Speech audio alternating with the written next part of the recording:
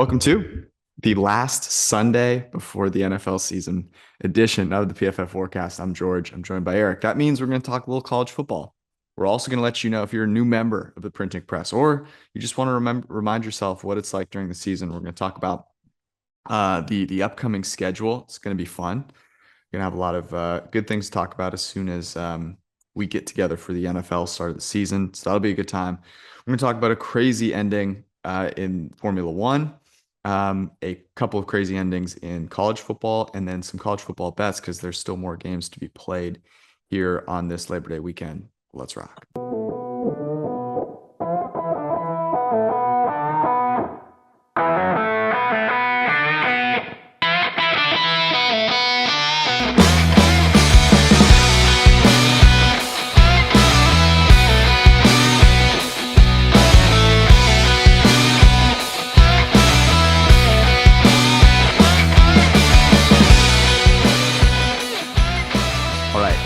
Much like actually Formula One race, the Dutch Grand Prix ended, we had to restart this podcast because Zoom was not being super kind. And in that race, they had a somewhat of a restart, which I'll explain to you like your five here.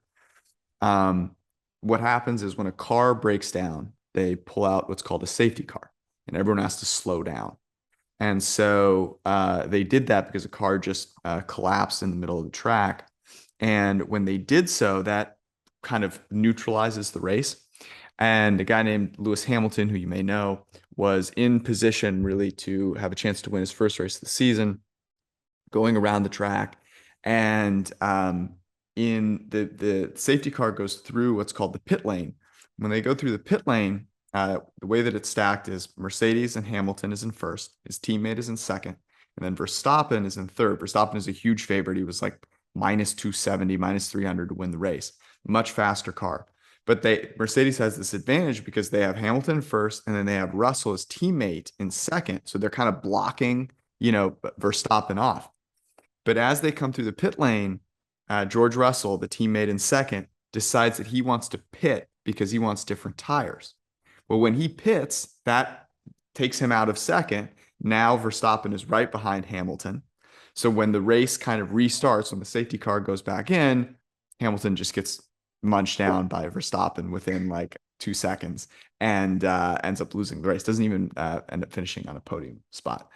He was not pleased. That's one of the funny things about Formula One. You have these teammates that are actually on the same team, but they're also both trying to kind of win the race and do the best they can.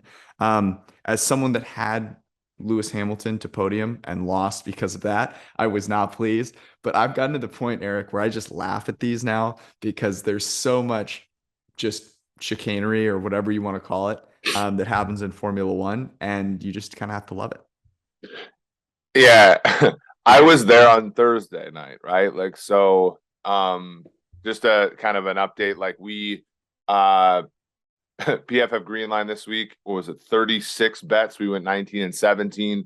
We're up 0.04 units, which is against close, I think up against open. But we went 0 and 7. We went 0 and 7 Thursday night. And that included basically, like, we had West Virginia money line. I don't know why we ended up not with plus 7.5 on close. I think it was a small movement there. I mean, I did bet plus 7.5, but that game, West Virginia's up.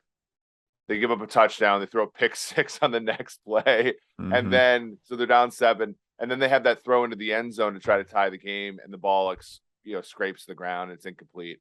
And then we had Purdue plus 3.5 and money line against Penn State. Purdue has the ball with like less than 6 minutes left twice, up 3, and are throwing the ball and are not letting clock drip off. And so you can imagine they eventually punted it back to Penn State. Penn State goes and scores a touchdown, wins, covers 3.5 in a win by 4.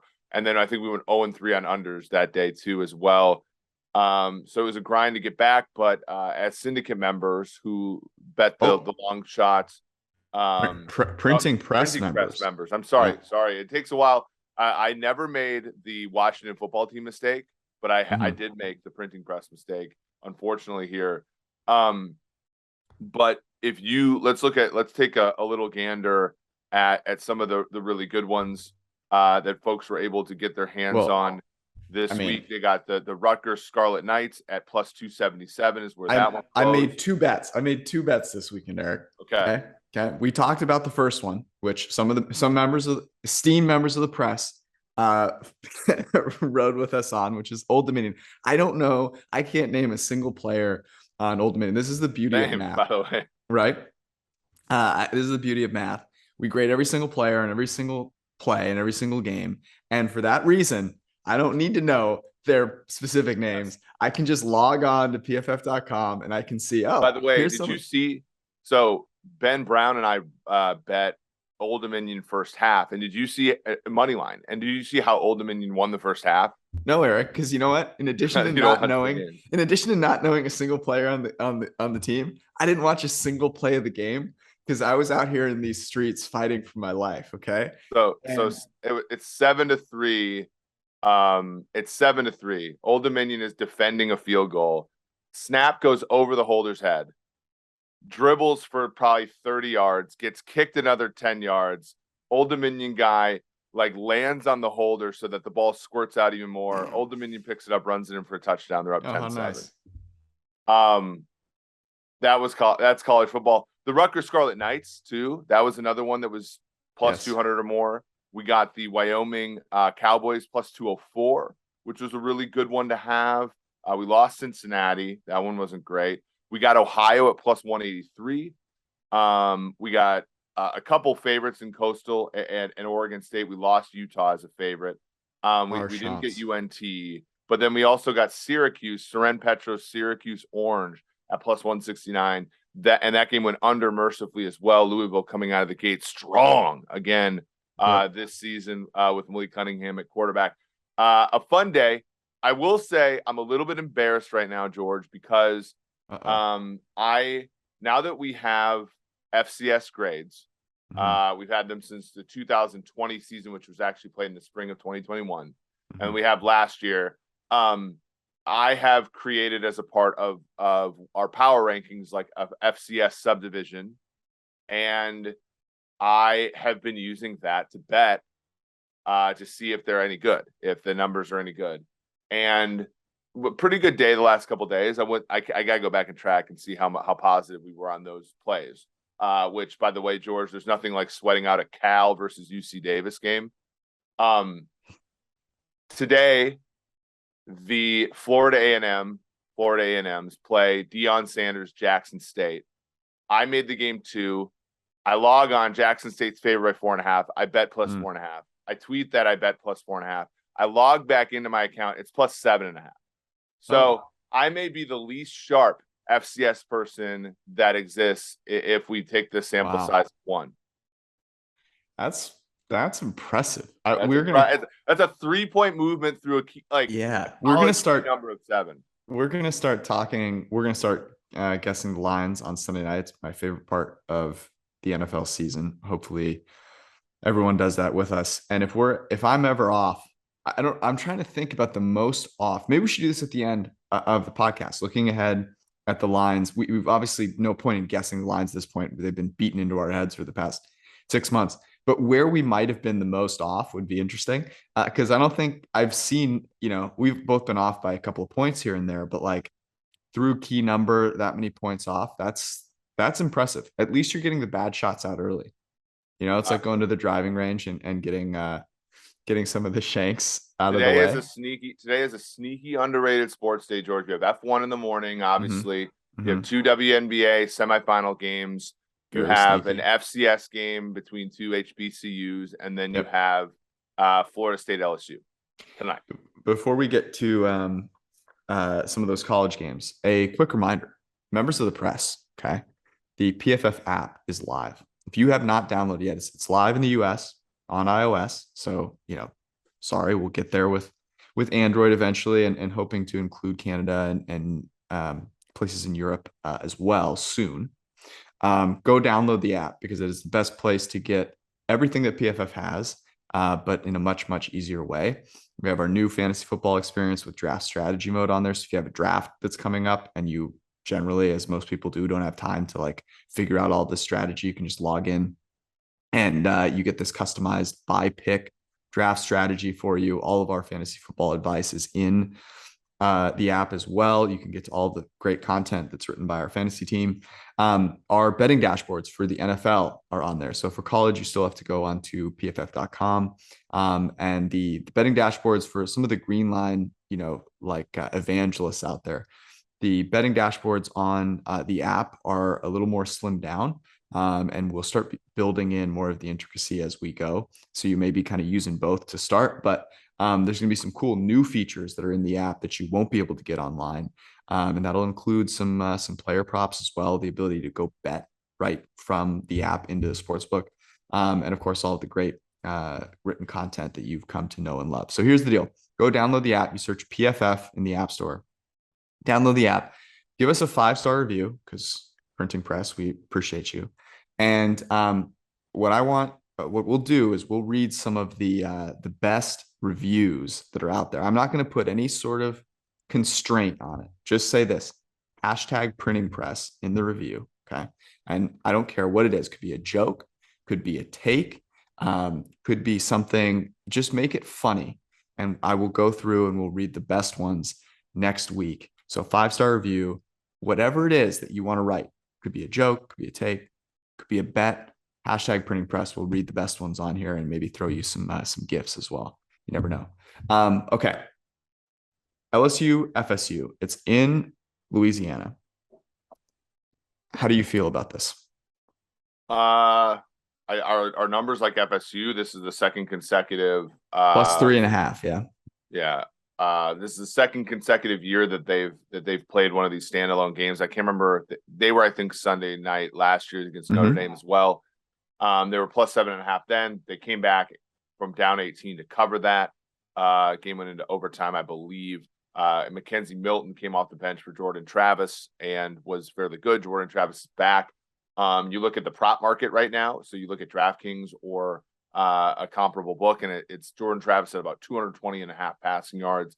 It's a little bit rich for my blood. But I think that there are some props you can bet here. Kayshon Boutte, who's 75.5 prop on DraftKings, a little juicy to go over. But I think, we at PFF, our college folks have really, bought into him. That might be a way to bet LSU as the favorite without betting LSU as the favorite type of thing. Mm-hmm.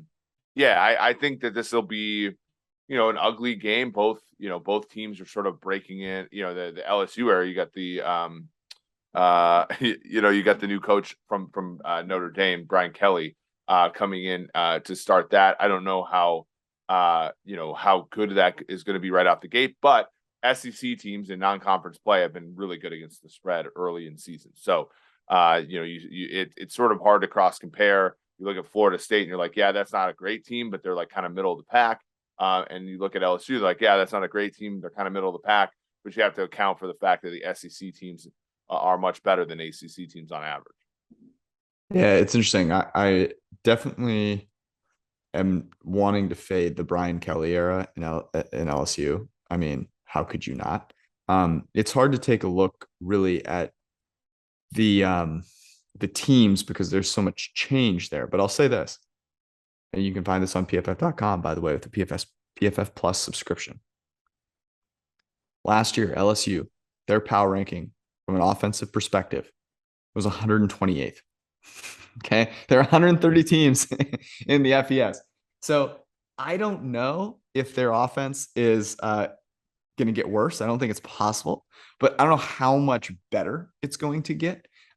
What's interesting about this game as well is it opened with LSU as a slight underdog and has come all the way across now 3. So it's crossed both 3s and is now LSU minus 3.5. Now, as you have talked about, 3 is not nearly as important of a number as it is in the NFL. So if you're going to bet this, okay, if you're going to bet this on the spread, and you're wanting to take plus 3.5, just bet Florida State plus 150.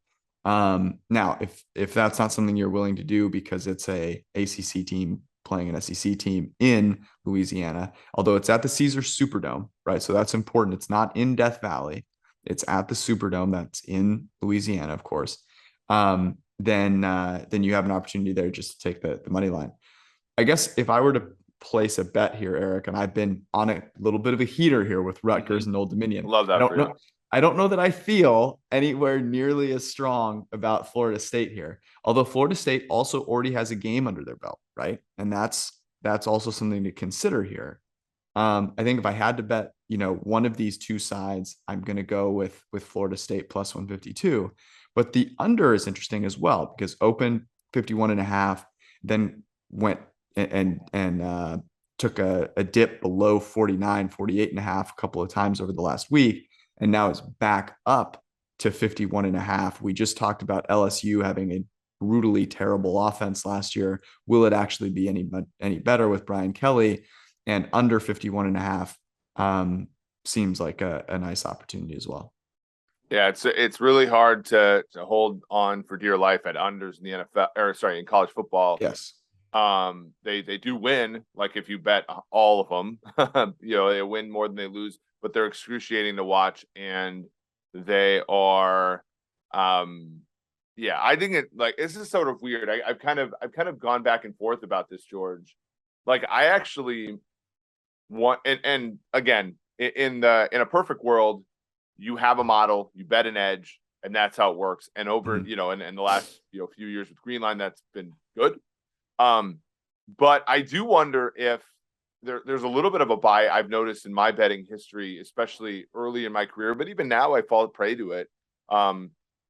Standalone games. Like I feel like people often will bet more on standalone games than they do like the random Coastal Carolina versus Army game like yesterday.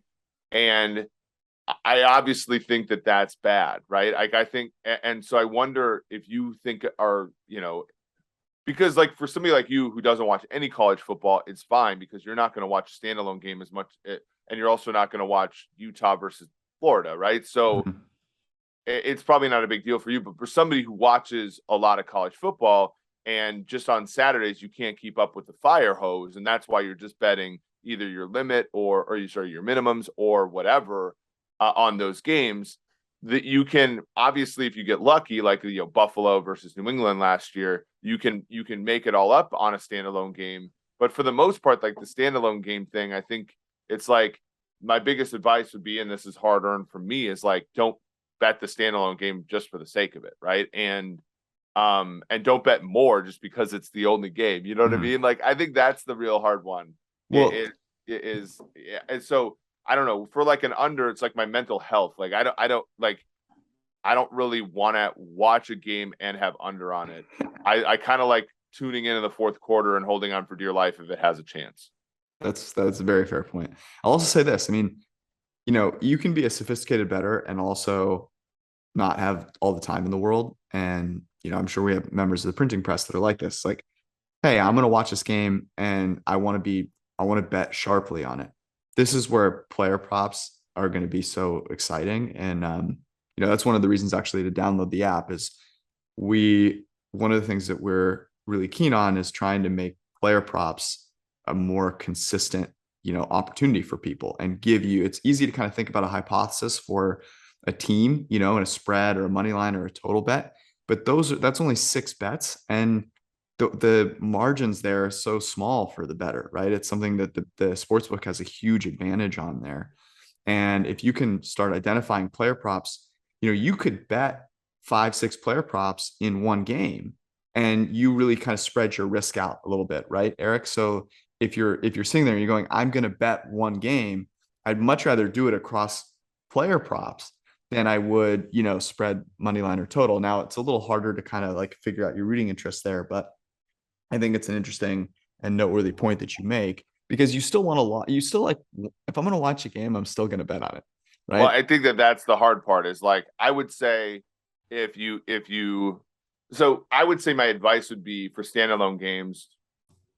If make sure that you're still betting your standard unit size. I think the worst mistake you can make from a variance standpoint is saying like, look, I have $2,000 in circulation on a Saturday in college football. So that means I got $2,000 in circulation for a standalone Sunday game for college football.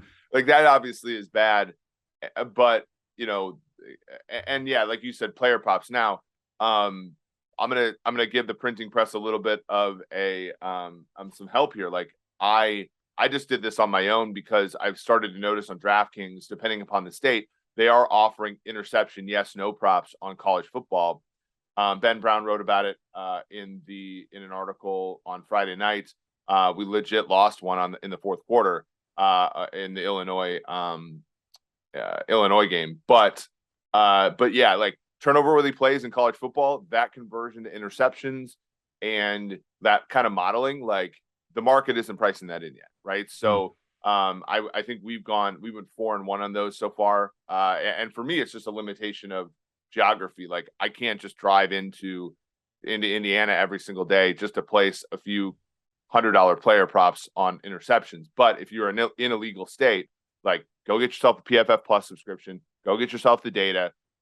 You have it historically for a long time. You can look at a quarterback's turnover worthy play rate and interception rate, and if you combine them in a model for what his true lambda would be in a Poisson distribution, you can win player props in college football. Just that one simple player prop. Can we make it easier on the printing press, and can Ben Brown just write an article on this? Surely, but I already wrote the one about NFL. If you want to Google that, it's a very good one. Yeah, and so, but like what I'm saying is we would have written it about college football if we knew that they were going to be available. They are available now on DraftKings specifically, but they're going to be probably other places. MGM, obviously, FanDuel is very responsive with the props. So if you get a chance to bet legally and they lay those, I haven't seen them yet for the Florida State LSU game, but that's a really good opportunity for you to make some money. Yeah, turnover play rate, by the way, is something that you get for each quarterback with your PFF Plus subscription. It's in Greenline, and you can see it in premium stats as well. Okay, so we've talked about that one game. Before we move on to the next one, there's only a few days left to actually start playing fantasy football. You probably have a fantasy football draft upcoming, I would guess. I have a couple, and that means that you need to prepare yourself adequately. Obviously, PFF is the place to go for that, and download the app. You have all the insight that you need, but so too is playing best ball fantasy at Underdog, and Underdog has a $2 million first prize to the winner of Best Ball Mania. Now, the cool thing about that is you do not have to manage your team all season. So you go do a draft with people who really care. It prepares you a little bit for your actual redraft league, and you have a chance to win a bunch of money without having to set your lineup every single week, because the best scores play each week with Best Ball. That's how it works. It's the name. And use promo code PFF when you sign up. Get $100 of your first deposit matched up to $100 if I can speak English. Also, if you play $10, so just go enter the tournament with promo code PFF, you get a free PFF Plus subscription. That's an insanely good deal. So go download the Underdog Fantasy app or go to underdogfantasy.com and use promo code PFF. All right, Monday night, there is it's Labor Day. There is a game. It is Clemson, Georgia Tech, number 4 Clemson. Clemson is a 23-point favorite, open 21.5, total of 51. Any thoughts on that game? DJ Uiagalelei, it's going to have to be the renaissance, the rebirth of him, right? Because he was terrible last year. So bad last year. Clemson was in the meat grinder in every single game they were in. They won more than their fair share because their defense was so amazing. They keep a lot of their defenders back from a season ago, but they lose Brett Venables, their defensive coordinator.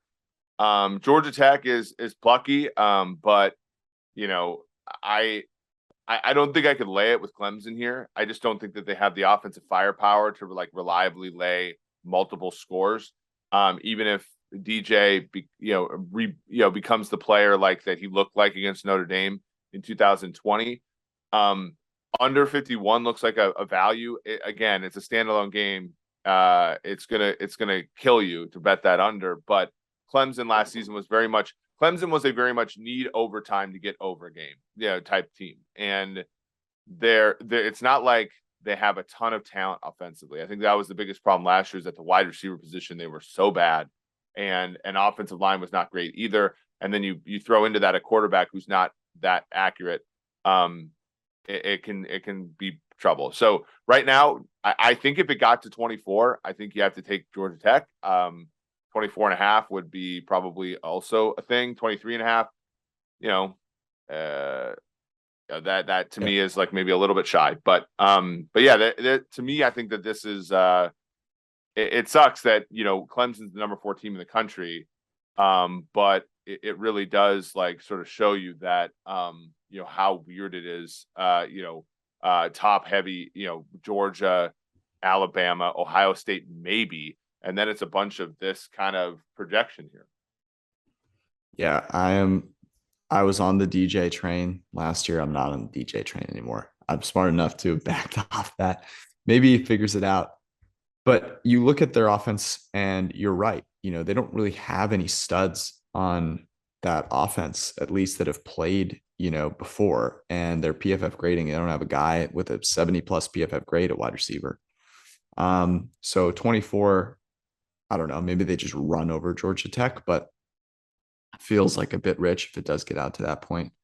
And if I watch this game, I will probably bet the under because I'm a sicko.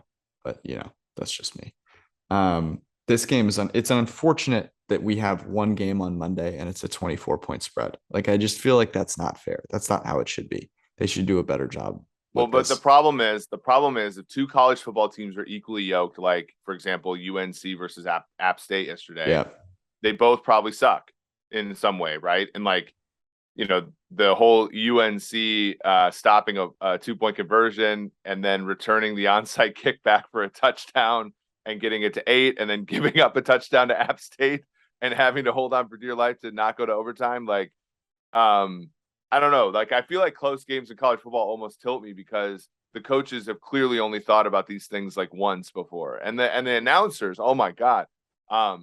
The announcers trying to understand in-game strategy for the first time in front of us on national television is my heroine. I like that is, so that's the problem. Like, right, college football where, a team like Georgia truly is a spectacle there, but they're going to beat a team by 40, or you have 2 like sicko teams like, Boston College and Rutgers, where the game's close, but it's because both teams are #bad. Yeah, that's a good point. I mean, my take on this is that all college teams are bad. So, Alabama's good. Alabama's good. That's fair. Right. That's fair. Okay. Anything else from a college perspective, or are we ready to move on to the NFL? Let's move on to the NFL. Let's do this. All right. Before we do, a reminder that you're going to start betting on the NFL, and a good place to do that, you probably want to open an account at all the sports books that are legal in your state. One of them is going to be DraftKings Sportsbook, an official sports betting partner of the NFL. And here's the deal. Use promo code PFF when you sign up. Please use promo code PFF when you sign up. That way they know you're a member of the printing press. $5 bet on any football game gets you $200 in free bets instantly. So really good deal. You obviously go in, and if you're a new user, you can use those $200 in free bets and place them on bets that you like. Obviously, with PFF Plus subscription, we'll give you plenty of those. And it's very simple. You don't have to play through $1,000 or anything like that. Just bet $5. Get those $200 in free bets instantly, and be ready to rock and roll. You get those in $8 $25 free bets, I might add. So go to DraftKings Sportsbook, download the app. It's safe, secure, and reliable. Best of all, you can deposit and withdraw your cash whenever you want. They have a good app. I like their app. I like FanDuel. BetMGM and FanDuel just kind of like redid their apps, which is kind of cool. Need to check out DraftKings as well. See what I think. Give it a little score there. But go use promo code PFF at DraftKings. Download the app right now. Use promo code PFF. Get $200 in free bets instantly when you place a $5 bet on any NFL game. We're going to talk NFL here in a second. So if you're looking for some inspiration, you can get it. Must be 21 or older in most eligible states, but age varies by jurisdiction. Eligibility restrictions apply. See DraftKings.com/sportsbook for terms and resources. If you have a gambling problem, call 1-800-GAMBLER in Tennessee. Call or text the Tennessee Red Line 1-800-889-9789. In New York, call 877-8-HOPE-NY or text HOPE-NY. One for new customer, minimum $5 deposit and wager, and $200 issued in 8 $25 free bets. What's going to be amazing, Eric, is when we have all 50 states that have finally legalized betting, and the terms and conditions or whatever it is that you read at the end are going to be like, 40 pages long, because every state has to have some unique bullshit text hotline for gamblers. Can't wait for that. Yeah, it'll be great. I mean, it'll be amazing. 1-800-9 with it applied to multiple different multiple different states. It's going to be pretty wonderful. So we have talked about all of these games kind of fairly thoroughly. But I will say this, there are player props now for Thursday. So if you were looking to bet some player props in the opener, those are live. Is there anything there that you are thinking about at this point? It's interesting. So there's the report out today from Roto World, I think, that said like Matthew Stafford's elbow injury is, quote, going to be a problem the whole season. That's kind of interesting, right? Like that, does that lead you to believe that he's going to go under some player props, or he might not be good enough to like it? So I think the injury risk with Stafford every single game is a little bit higher now, right? And yet I still think he's a good quarterback. So for me, I like the under interception. So under 0.5 plus 102. That one is one that I kind of want to gravitate towards right away. I like that one a lot. Other than that, though, I'm kind of looking. It does look like our models like Cam Akers a little bit more than maybe we should. He certainly looks like an over player here, even though, I mean, to be quite frank with you, he ended the season last year horribly. Like he how many times they gave him the ball was one of the reasons why they almost lost the Super Bowl. But if he gets that sort of, I know Kyron Williams in Notre Dame is sort of getting some thinking here.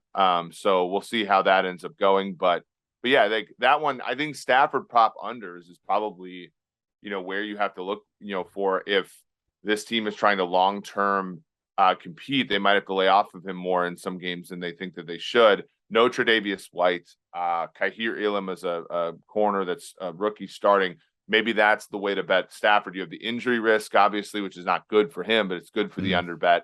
But you also have a Bills secondary that might not be as good, might not be able to get the interceptions that they're used to getting. Yeah, it's interesting. I'm not the biggest Cam Akers fan, although interestingly, I have him in a fantasy league now, and so I'm sort of rooting for him. But the way that the prop that I would bet, given what you just said about a couple of things, which is Stafford's elbow, and then also the secondary for the Bills, which is going to be a little depleted here, is Cooper Kupp. Cooper Kupp, 7.5 receptions. I'll take the over there on Kupp. Whether he's in the slot against Taron Johnson or out wide, he's going to have a pretty big advantage. And you think about where he wins, he's going to win in the short and intermediate areas. That's where Stafford, if his elbow's a little tender, that's where he's going to go. I think that's the right play there. And even though our model doesn't like it, Gabriel Davis is the guy that I would be looking to on the Buffalo side. I think his reception prop is at 3.5. And his yardage prop is at 57.5. Like Jalen Ramsey is going to be on Stephon Diggs. Like there's no, doubt about that. And you look at the defensive backs for the Los Angeles Rams, you got David Long Jr. on the other side there. I'm going to take Gabriel Davis in that matchup all day long. So those are the two that I would kind of look to. You can see, by the way, in the PFF app, some of the mismatches that we identify using player grading and a lot of other nuanced data to kind of see like where there might be some edges that you can grab there. It's 2.5 right now, given Buffalo minus 2.5. If you are thinking about, this, it's obviously an LA plus 8.5 teaser leg. Are you coming off that with Stafford? And is there a chance that you would, like, if you had to bet one side of this game, would you actually lay it with Buffalo here? Yeah, if I had to, I'd lay it with Buffalo. I do think the issue with the Rams teaser leg is that the total is 52.5. And I don't know if the Rams, in their playoff games played under in 3 of the 4 games. Last year. The only over was Brady when they played Brady. And frankly, like, that game only went over because Brady bombed them out at the end. Right.